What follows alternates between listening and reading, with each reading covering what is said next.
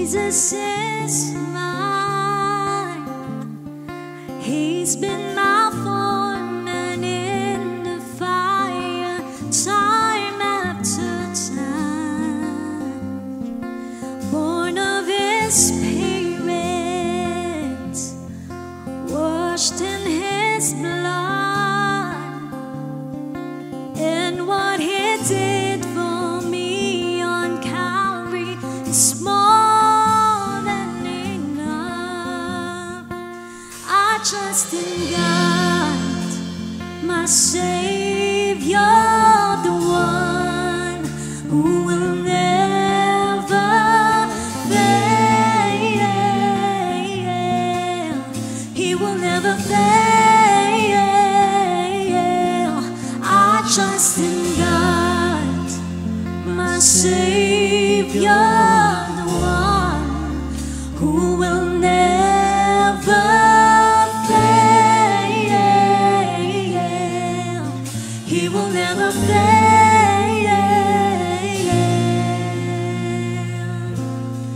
Perfect submission. Come on, sing with us. All is at rest.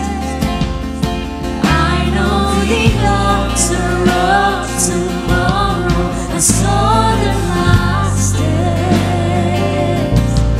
So this is my story.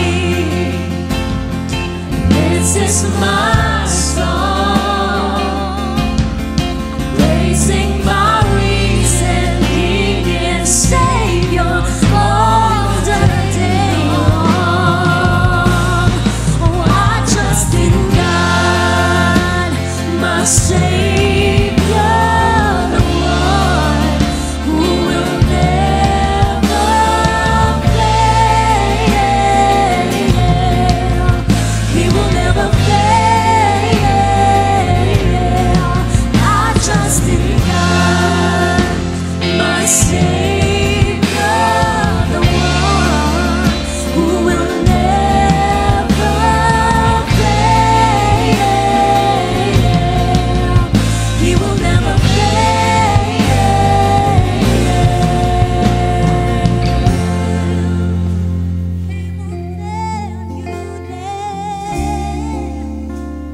He won't fail you now. I believe it. Yes, I know. I sought the Lord, and He heard, and He answered. I sought the Lord, and He heard, and He answered. I sought the Lord, and He heard, and He answered. That's why I trust Him. That's why I trust Him. I sought the Lord, and He heard, and He answered. I sought the Lord, and He heard, and He answered. I sought the Lord, and He heard, and He answered. That's why I trust Him. That's why I trust Him. I sought the Lord. I sought the Lord, and He heard, and He answered. I sought the Lord, and He heard, and He answered. That's why I trust Him.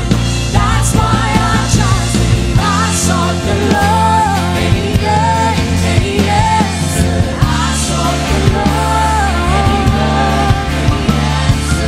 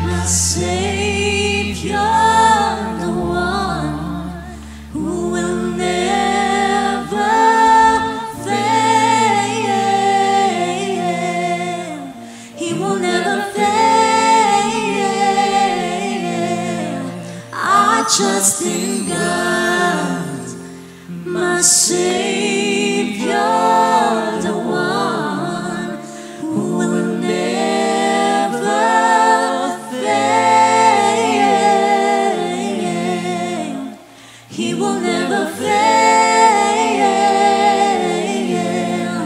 and I trust in God.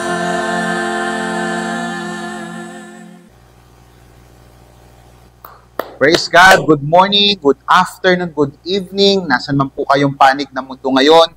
Gusto ko po kayong batiin ng isang mapagpalang araw po ng linggo. Happy Amazing Sunday to everyone, and I hope that you are all doing well.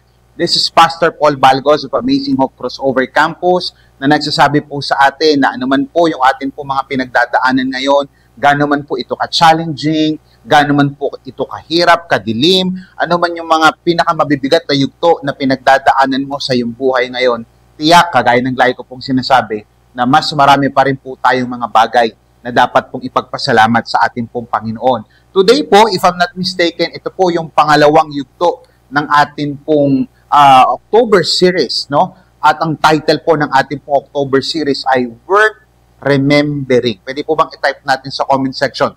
Worth remembering. Yung cherishing the unsung heroes in our lives. Now, sa October series pong ito, kagaya po ng sinabi ko po last Sunday, ito pong series na ito ay magbibigay po sa atin ng reminder o paalala na, alam mo yun, huwag po natin kalimutan o baliwalain yung mga tao na tahimik pero malaki po yung impact sa ating buhay, lalong-lalo na po sa ating pong pananampalataya. Itong mga tao pong ito, I know, some of us, habang sinasabi ko ito, may naiisip ka ng tao. Pero alam nyo ba, ito pong mga taong ito, hindi po sila lagi nasa spotlight. Marahil wala po sila masyadong social media following. Marahil wala man silang ganong kalaking pera. Marahil hindi man sila ganong kasikat. Pero ito pong mga taong ito, hindi po sila ganon kakilala ng ibang tao, pero nagkaroon ng impact sa buhay mo. Perhaps ito ay magulang, perhaps yung iba naman sa atin walang magulang pero meron silang lolo't lola, or yung iba naman sa atin meron silang financial mentors, meron silang physical coach, or ultimately meron po kayong mga pastors o life group leaders na ginamit ng ating po Panginoon para itanim yung tinatawag po nating pananampalataya sa ating po mga buhay. Alam niyo po kasi sa mundong ito, minsan napaka-fast-paced na ng mundong ito, di ba? Imagine niyo, few months ago, we're just greeting one another ng Merry Christmas, Happy New Year. Ngayon, imagine niyo magpapasko na naman, September, and then October, next month, November na naman po. Napakabilis po ng panahon. At tila baga nasasanay na po tayo dito, no? Pero kung minsan, nakakalimutan po natin pasalamatan at pahalagahan yung mga taong nagbigay ng napakalaking impact sa ating Christian walk. Sa series pong ito, muli po tayong babalik sa tinatawag po nating Heart of Gratitude. Yung pusong nagpapasalamat sa buwan pong ito, ating pong aalalahanin, pahalagahan, at ipagpapasalamat po natin sa Diyos yung mga tao pong tumulong para hubugin at baguhin at tulungan po tayo sa ating pong tinatawag na spiritual journey. Dahil kung minsan po, no, ang pinakamalalim na aral, yung pinakamagandang aral na nakukuha natin sa ating journey ay galing po, syempre ultimately sa salita ng Diyos, but pinapadaan ito sa mga taong hindi perpekto, hindi ganun kasikat, pero nagiging tapat po sila sa atin pong, alam mo yun, pananampalataya sa ating Panginoon. Kaya importante po, yung mga nakaka-bonding mo. Pwede bang i-type natin sa comment section? Bonding. Yung bonding po, yung mga sinasamahan natin tao, yung pinag-i-spendan natin ng time, napaka-importante po niyan. Why? Because I want you to listen to this very carefully. Your bonding can lead to breakdown or breakthrough. Pag sinabi po kasing bonding, ito po yung shared time, shared relationship, meaning ito pong bonding nito ay dito po na-form yung malalim na connection, yung relationship between two people, or perhaps isang grupo. At ito pong bonding na ito po, salitang bonding, kaya po sinabi ko, your bonding can lead to breakdown or breakthrough. Kasi hindi lang po itong bonding na to, hindi lamang po ito parang sabay kayo kumain, sabay kayong tumawa, sabay kayong gumala, although maganda po yun. Kundi ito pong bonding na ito, meron po siyang emotional, spiritual, and relational connection na nabubuo habang magkasama po kayo. So, ibig sabihin, bakit po sinabi ko po itong post na ito that your bonding can lead to breakdown or breakthrough? Why? Kasi hindi po lahat ng relationship, pakinggan nyo to, hindi po lahat ng relationship, hindi po lahat ng connection ay maglalapit sa'yo automatic sa pagpapala. Depende kung anong klaseng banding meron po kayo. May mga banding po kasi na nakakapagdulot po, imbis na breakthrough, imbis na blessing, nakakapagdulot po ito ng breakdown. Kapag kayong banding ninyo, puro lang chismisan, paninira ng ibang tao, toxicity, tapos yung banding ninyo nakasentro sa kalaswaan, nakasentro sa kalokohan. Pero may mga banding po, lalong-lalo na po sa ating mga Christian, crucial po ito. Meron po mga banding na nagdudulot po ng breakthrough. Everybody type that in the chat, breakthrough. Pag sinabing banding na may breakthrough, ito po yung banding na si Jesus Christ po ang sentro. Doon po nagkakaroon ng growth, doon po nagkakaroon ng healing, doon din po nagkakaroon ng tinatawag nating maturity sa ating pong faith. No? Kaya importante po yan. Now, you ask yourself right now, bago ko po kunin yung text natin sa umaga, tanghali, gabi, depende anong oras po kayo nakakapanood.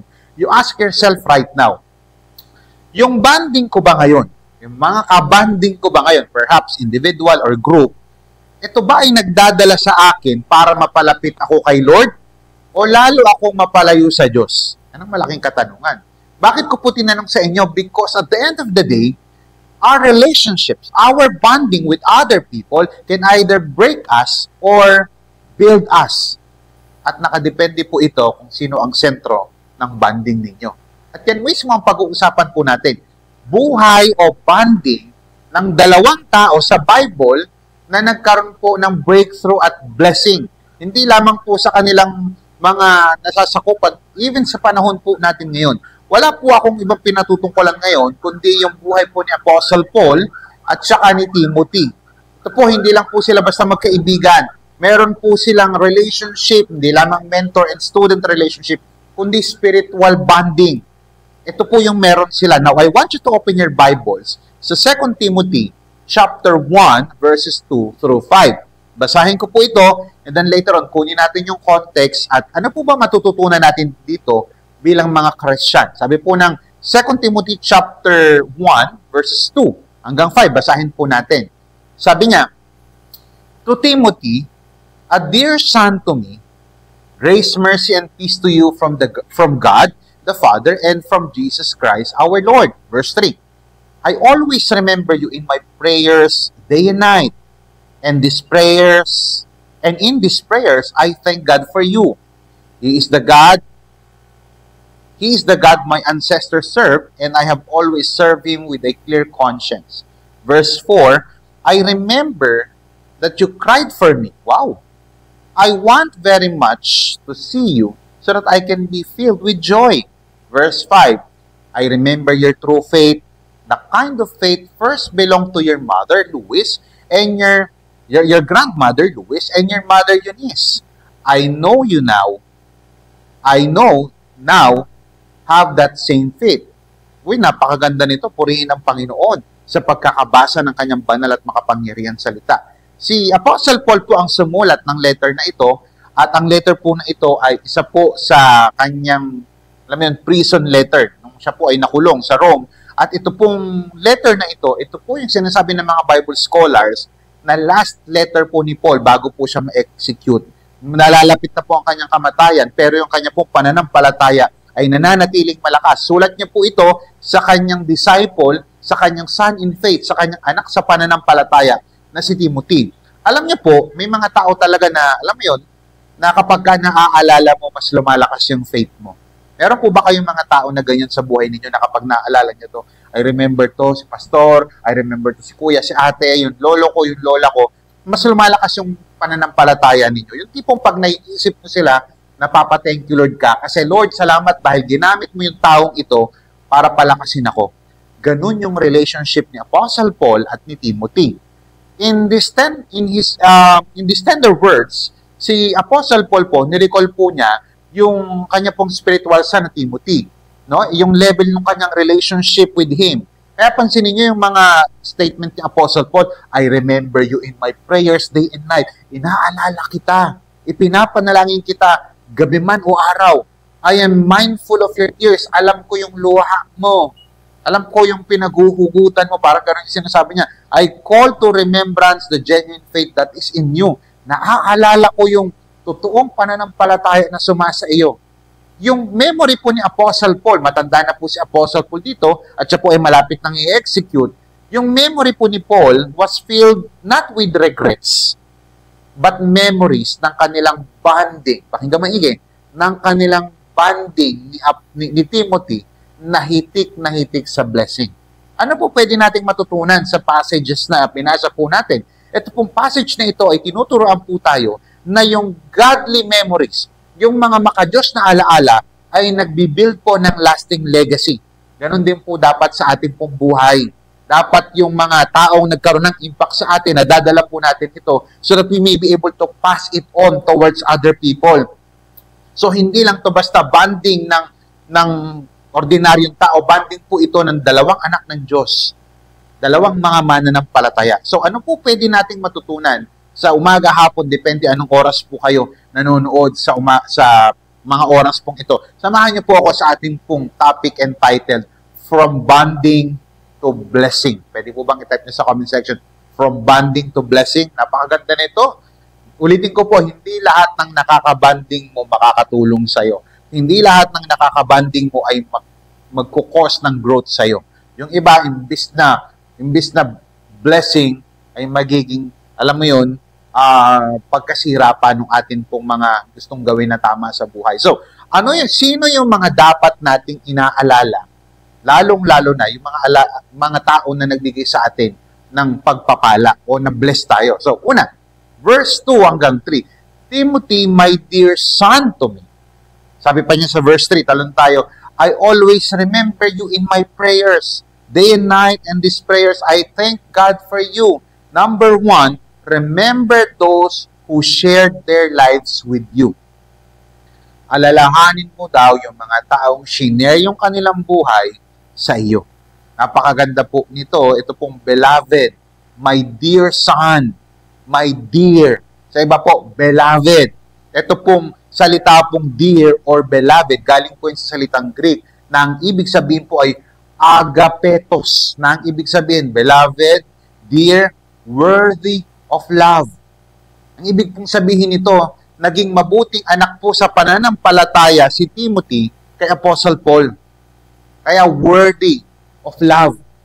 Now, napaka-importante pong matutunan natin na maging mabuti po tayong tao, especially doon po sa ating pong mga kapwa mananampalataya, lalong-lalo na po doon po sa ating mga pastor o sa ating pong mga mentors in life. Imagine niyo si Apostle Paul, even while in chains, yung kanyang puso connected po kay Timothy through prayer. Inaalala po ni Apostle Paul yung buhay po ni Timothy, yung kanilang pagsasama with thanksgiving and intercession. Alam niyo po mga kapatid, gusto ko matutunan ninyo that when we remember this kind of people, kagaya po ng buhay po ni Timothy, kagaya po ng buhay ni Apostle Paul, kapag naaalala po natin yung mga taong mahal po natin, lalong-lalo na sa mananampalataya, it should move us to pray for them. Dapat ito po yung nagkukos para ipanalangin po natin sila. You know why? Because the greatest gift we can give those who remember, we remember, yung mga naalala po natin is our prayer. Not just yung nostalgia na, uy, naalala ko dito kami dati, dito kami kumakain, wala naman po masama doon. Pero pag naaalala po natin sila, importante pong naipapanalangin natin sila. Tanungin kita ngayon, who are those people na masasabi mong worthy na suklian ng pagmamahal? Sino yung mga tao sa buhay mo ngayon na masasabi mong karapat-dapat suklian ng pagmamahal? Mga kapatid, sa panahon po na ganito, lalong-lalo na yung series natin patungkol sa mga tao na tumulong sa atin, huwag mong kalimutan yung mga taong nagpapasok sa iyo sa buhay nila. Hindi po lahat ng tao ay papapasukin natin, pero may mga tao pong nagpapasok sa atin, sa ating po mga buhay para makita natin kung gaano po katapat ang ating Panginoong Hesus sa kanila po mga buhay. Hindi lang po ito tungkol sa, kilala mo mas malalim po yung meaning nito. It's about gratitude and recognizing yung impact po ng taong ito na kasama mo sa journey. Kaya ano po pwede natin matutunan dito? We need to pray for them. We need to thank God for them.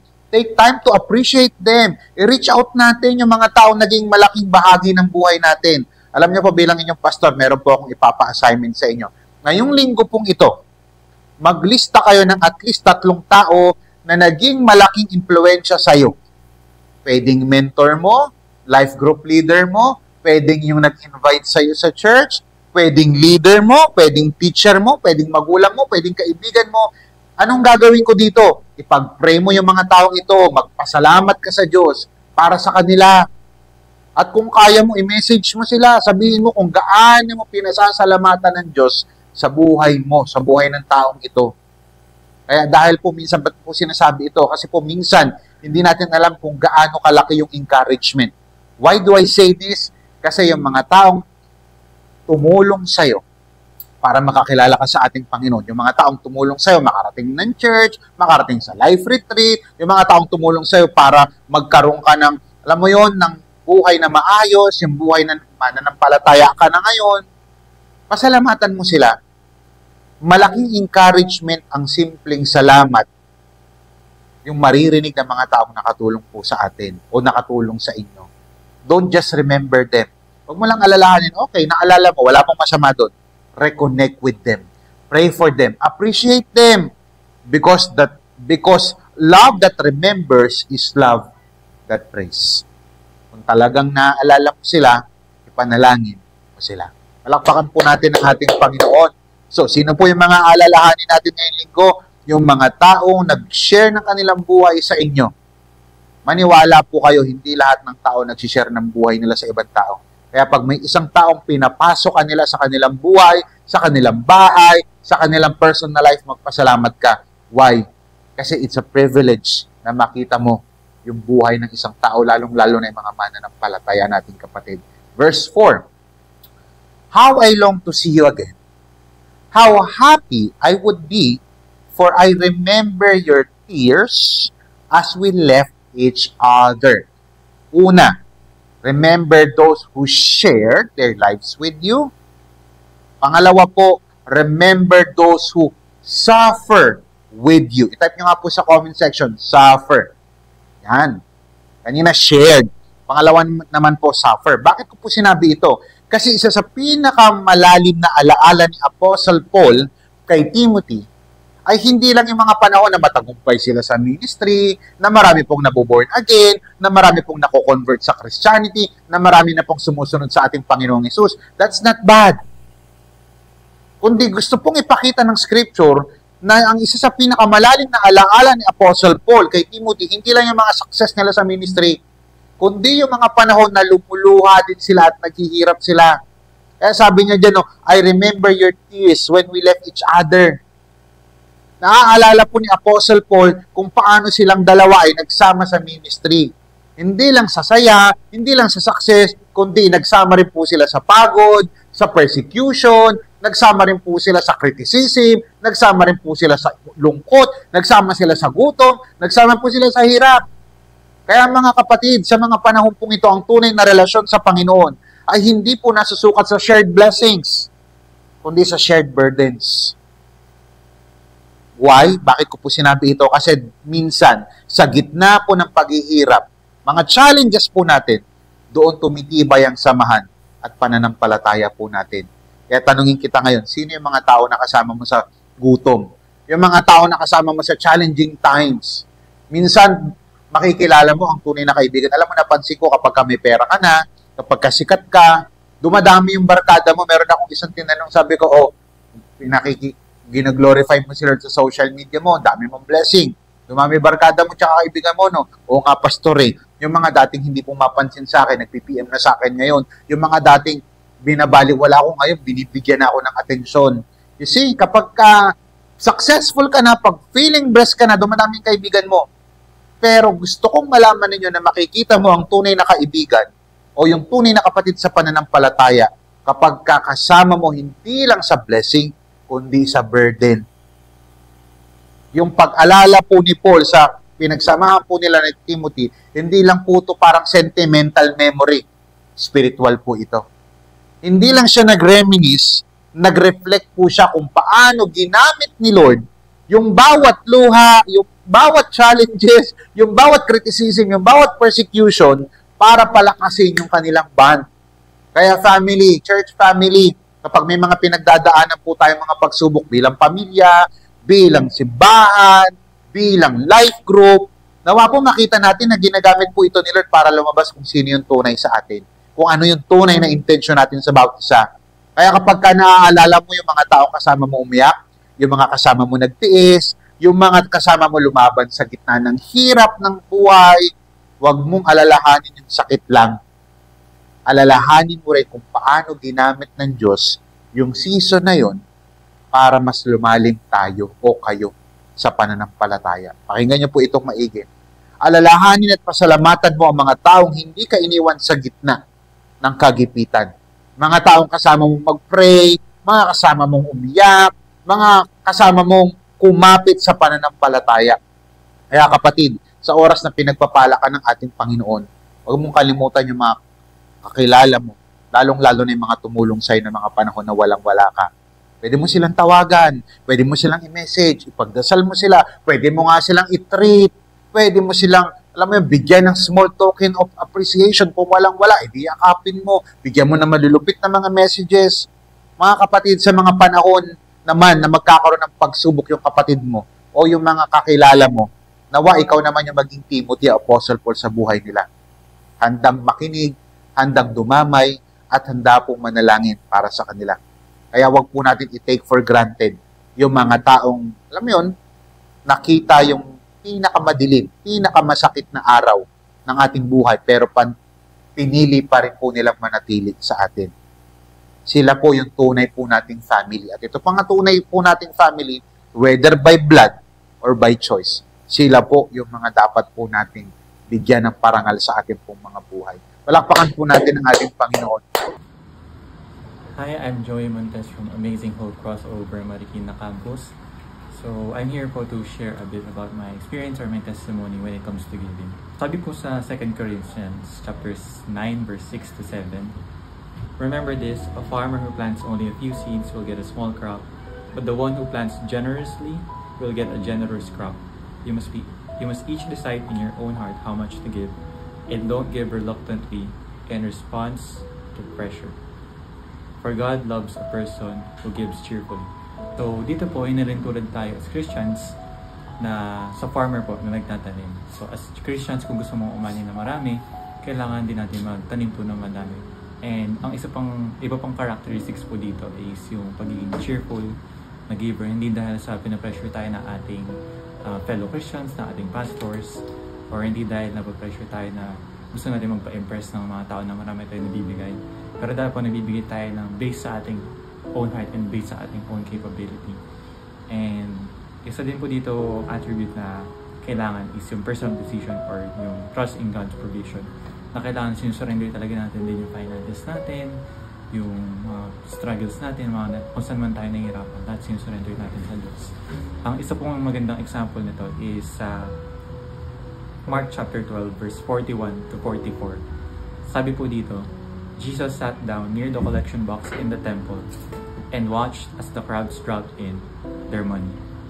Sa verse 43, Jesus called his disciples to him and said, I tell you the truth, this poor widow has given more than all the others who are making contributions, for they gave a tiny part of their surplus. But she, poor as she is, has given everything she had to live on. So dito, hindi naman sinabi ni Jesus na masama yung nagbibigay ng iba. Pero kinumpare niya yung woman na nagbigay ng 2 coins sa ibang maraming naibigay. Yung no matter how small the amount, kung bukal siya sa loob mo, and ayun talaga na-feel mo ibigay kay Lord, and you're giving generously, na-value to ni God, na-value to ni Jesus Christ.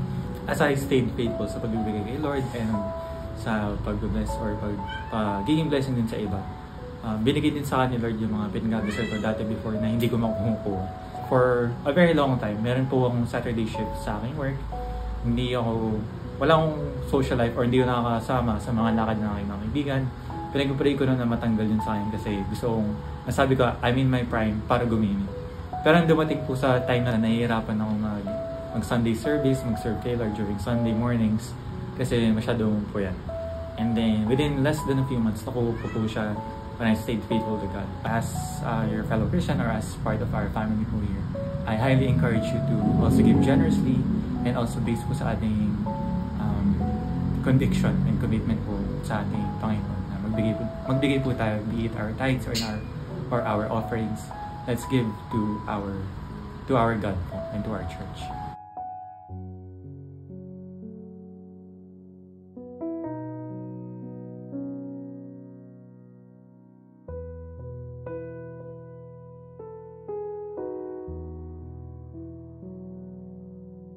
Praise God. And lastly po, sabi po ng verse 5, I remember your faith. That kind of faith first belonged to your grandmother, si Louise. Yung lola po ni Timothy, believer po. And to your mother, Eunice, yung kanya rin pong nanay. Faithful kay Lord Jesus, pati yung kanyang lola. I know you now have that same faith. Pangatlo po, sino yung ating mga alalahanin? Hindi lamang yung mga alam mo yun, yung mga nag-share ng buhay sa atin, hindi lamang po yung mga nag-suffer kasama natin. Pangatlo, remember those who have sincere faith. Pakita nga po sa comment section, sincere. Yung meron pong totoong may pananampalataya. Hindi ko sinabing hindi na natin sasamahan ng mga unbelievers. Hindi ko sinabing hindi na natin i-reach out yung mga lost. That's good. Pero wag din po natin kakalimutan, alalahanin, bigyan ng honor, pasalamatan, ipanalangin yung mga taong mga tumulong sa atin na meron pong sincero. At yung totoo pong may pananampalataya, yung sincere yung kanilang faith. Si Apostle Paul po, nakita po niya yung authenticity, yung genuine na faith ni Timothy. At hindi po fake yung nakita po ni Apostle Paul kay Timothy. Ito pong faith na ito was visible, and it was tested. Kaya nga, di ba, sabi ko kanina, sa suffering, marami rin po silang pinagdaanan. Imagine mo, sarap, no? Si Apostle Paul, malapit na siya ma-execute, nasa edad na siya, pero si Timothy, yung batang protege niya, yung dinisciple niya, yung pinagpapastoran niya, naaalala niya bago siya mamatay, sinulatan pa niya. Alam mo, isa sa mga pinakamasarap na pakiramdam ng isang pastor ay makita mo yung iyong mga dinidisciple, yung iyong mga member sa church, ay nakita mong nagkakaroon po ng genuine faith at hindi fake na faith. Ito pong pananampalataya ni Timothy, hindi po ito intellectual lang. It was in him, alive and active faith. Now, ang tanong ko sa inyo, kapag maaalala ka ng tao, mare-recall ba nila yung totoo mong pananampalataya o yung fake mong pananampalataya? Kaya huwag mong kalimutan yung mga taong totoo at malinis ang pananampalataya. Yan po yung ibig ko sabihin. Ulitin ko po, huwag po natin kakalimutan yung mga tao na may totoo at malinis na pananampalataya. Kung yung mga nakasakit nga sa atin, minsan naaalala natin. Di dapat lalo po natin inaalala yung mga tao na meron pong sincere na pananampalataya sa ating Panginoong Hesus. Ito pong topic pong ito, this calls us to respect. Irespeto po natin, i-acknowledge po natin yung mga taong hindi po nagpapanggap, kundi genuinely namumuhay po sila base sa pananampalataya nila according po sa salita po ng ating Panginoon. So, sino sila at bakit sila dapat tandaan? Sino po yung mga taong ito? Ito po yung mga tao na hindi plastic. Ang sincere na faith ay mananampalatayang hindi pa showbiz, yung mapagpanggap. Hindi yung display lang yung kanyang pagiging Christian. Yung Christian siya sa church, tapos pagdating sa bahay, hindi na siya Christian. Yung Christian siya sa church, pero pagdating sa school, hindi na siya Christian. Yung Christian siya sa church, pero pagdating sa trabaho, hindi na siya Christian. Ito pong mga sincere faith na ito, itong mga taong ito, sila po yung may pananampalataya na consistent sa sinasabi nila, dinedeclare nila, declaration, at pinapakita sa kanilang buhay. Demonstration of faith. Declaration of faith at demonstration ng faith. Sila po yung meron pong accurate na declaration at demonstration ng faith. Yan po, yan dapat tinatandaan po natin yan. Yung mga taong ito, they walk the talk. Meron po silang moral compass. Yung moral compass po nila matibay. Pag sinabi ng Bible na bawal, bawal din sa kanya yon.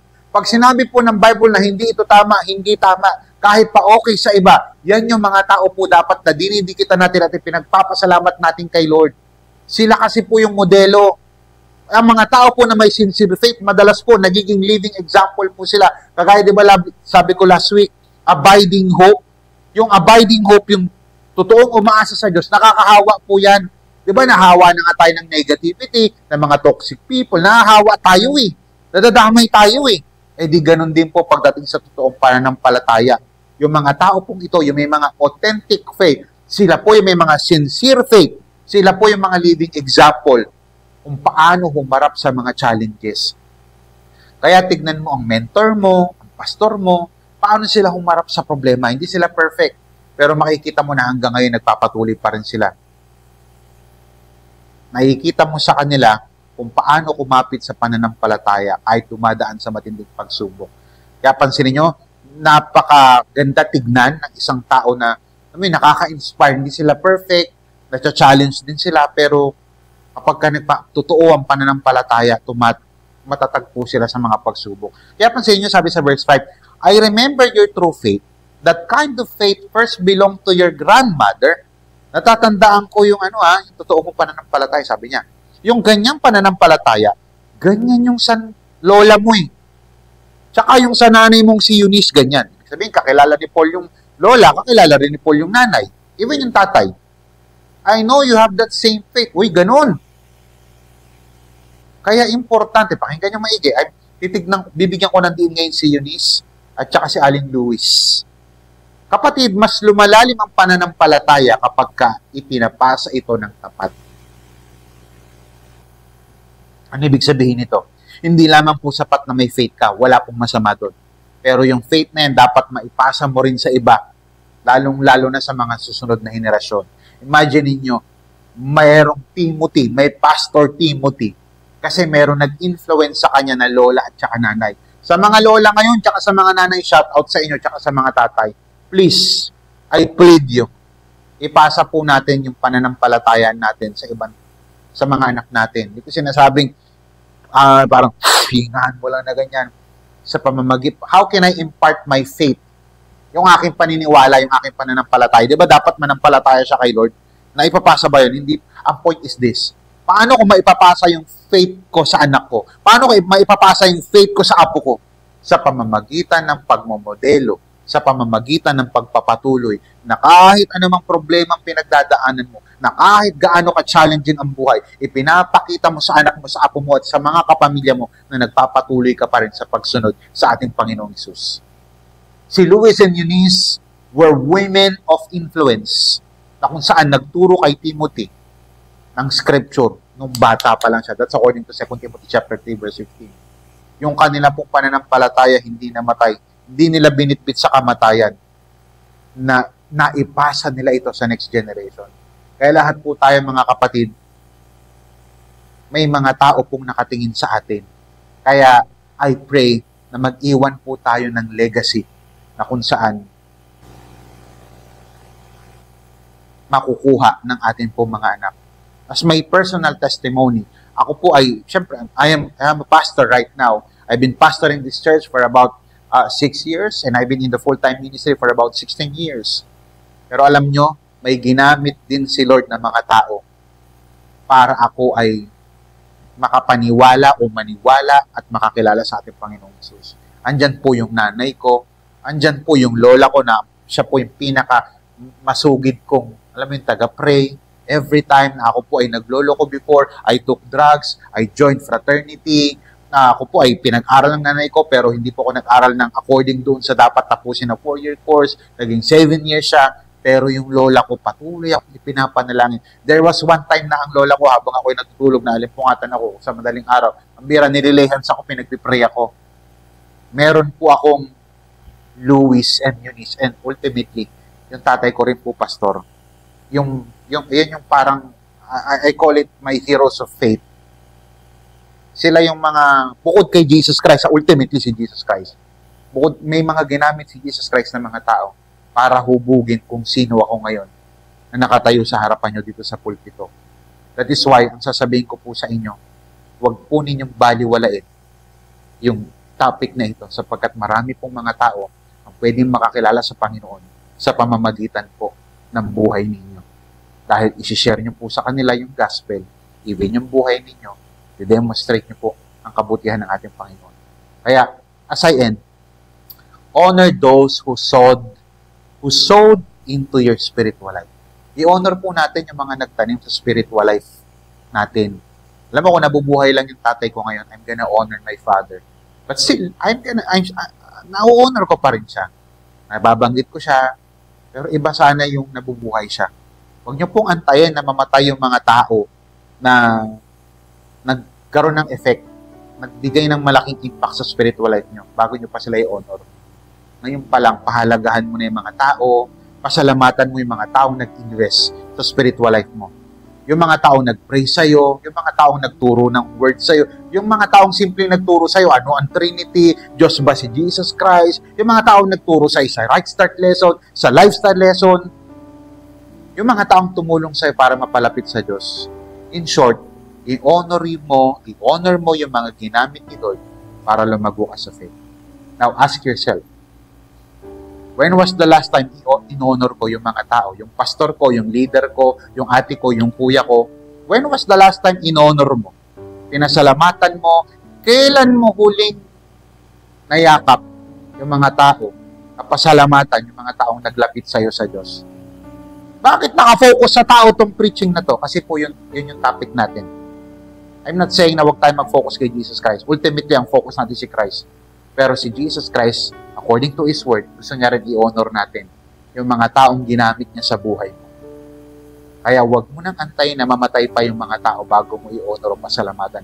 Habang sila ay nabubuhay. Simpleng tawag, simpleng chat, simpleng treat, simpleng pag-honor sa kanila by words or by work, by service. Depende kung saan mo maipapakita kung paano mo siya i-honor. Challenge ko sa'yo. Lapitan mo ang life group leader mo. Lapitan mo yung mga tao nag-invite sa'yo. Papikin mo sila, pasalamatan mo sila, pag-pray mo sila, yakapin mo sila. Kung meron ka, i-bless mo sila. Pinapaalala lang po sa atin na may mga tao. At I pray that someday, ikaw naman magkaroon ng impact sa buhay ng ibang tao. Yung remembrance po ni Paul, dito po sa pinag-usapan natin, pinapakita lamang po na ang Christianity ay relational and generational. Mga kapatid, I pray na huwag po natin kalimutan ng mga taong ito. And ultimately, huwag po natin kakalimutan pasalamatan palagi ang ating Panginoong Jesus na siya pong nagsakripisyo ng kanyang buhay, na siya pong nag-alay ng kanyang buhay para putubusin ang ating mga kasalanan sa krus ng Kalbaryo. Jesus Christ is our ultimate leader.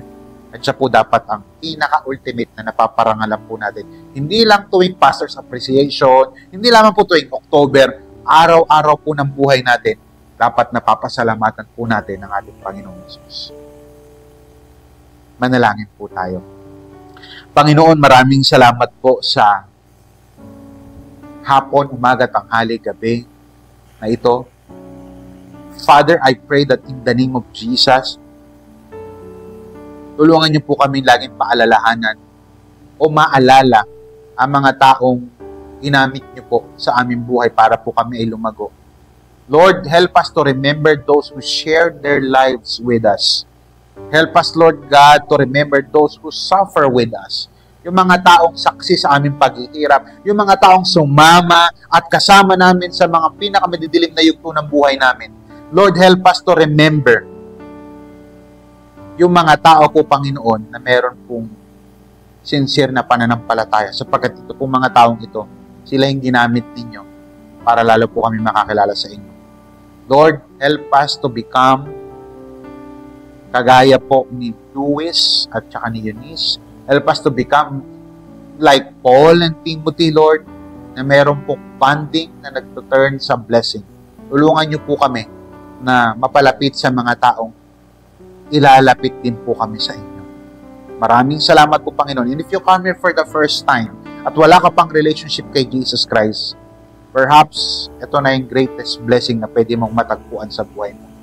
At yon ang pagkakaroon ng intimacy sa ating Diyos sa pamamagitan ni Kristo Jesus. If you're that person, sabihin mo lang, Father, I surrender my life to you. I repent from all of my sins. I recognize that I'm a sinner. I admit that I cannot save myself. And from this day on, I am putting my faith in you for my salvation, not on my good works, because I cannot go to heaven with my good works alone. Only you can save me, because you said in your word, Jesus Christ is the way, the truth, and the life. No one comes to the Father except through you. Kaya naman po, Panginoon, I put my faith in you, and starting today, Lord God, I confess na ako'y susunod sa inyo no matter what happens. Maraming salamat po, Panginoon. Lord, heal every person right now. Lord, I pray for healing, provision, protection, restoration. Panginoon, at dalangin ko magkaroon po ng gratitude, attitude of gratitude, ang lahat po ng mananampalataya, from bonding to blessing. It's in Jesus' mighty name we pray. All of God's people will say, Amen and Amen. Palakpakan po natin ang ating Panginoon. Happy Sunday, everyone. Huwag niyo kakalimutan ang inyong mga assignment.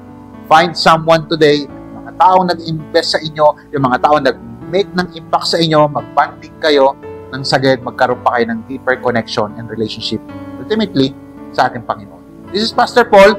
See you again next Sunday. Pagpalain po kayo ng Panginoon.